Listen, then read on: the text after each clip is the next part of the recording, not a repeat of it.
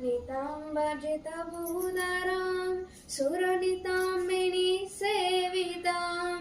नवम्बुरहलोचनाम् अभिनवम्बुदास्यामलां त्रिलोचनकुटुम्बिनीं त्रिपुरसुन्दरीमाश्रये कदाम्बवनवासिनीं कनकवल्लकिदारिणीं महारमानिहारिणीं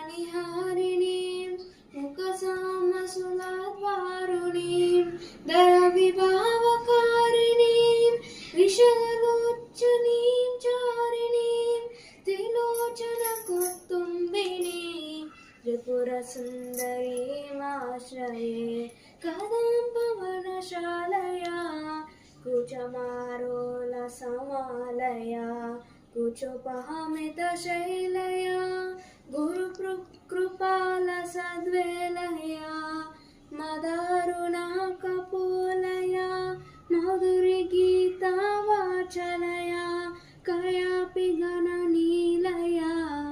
कविचित्तवयां लीलया कदम्बवनमध्यगां कनकमण्डलोपस्थितां शदाम्बुरहवासिनीं सततसिद्धसाधुमिनीं विदम्बातिचतरुचिं विकचचन्द्रचूडमीं त्रिलोचनकुटुम्बिनीं त्रिपुरसुन्दरीमाश्रये कुचाञ्चितविपाञ्चिकां कुतलकुन्ताललाङ्कृतां कुशेशयनिवासिनीं कुटिलचित्तविवेशनीं मधुरनाविलोचनां मनसि जारे समोहिनीं माताङ्गमुनिकन्यकां मधुरभाषिणीमाश्रये स्मरे प्रथमपुष्पिणीं रुधिरबिन्दुनीलाम्बरां गृहीतमधुपत्रिकां मधुविगूर्णनेत्राञ्जलां कनस्तनाभारोत्तनां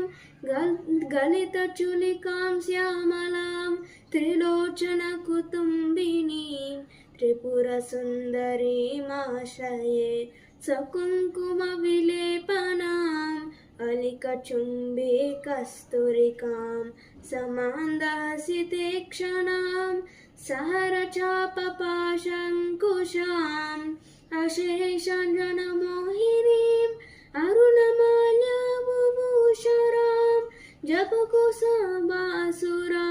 जपविधौ स्मरे अम्बिकां पुरान्दरपुरान्द्रिकां चिकुरबन्धसरान्द्रिकां पितामहपवत्रमां पतुपतिरचर्चारतां मुकुन्दरमणिमाला लसदाङ्क्रियाकारिणीं भजामि भुवदनाम्बिकां सुरवधूतिका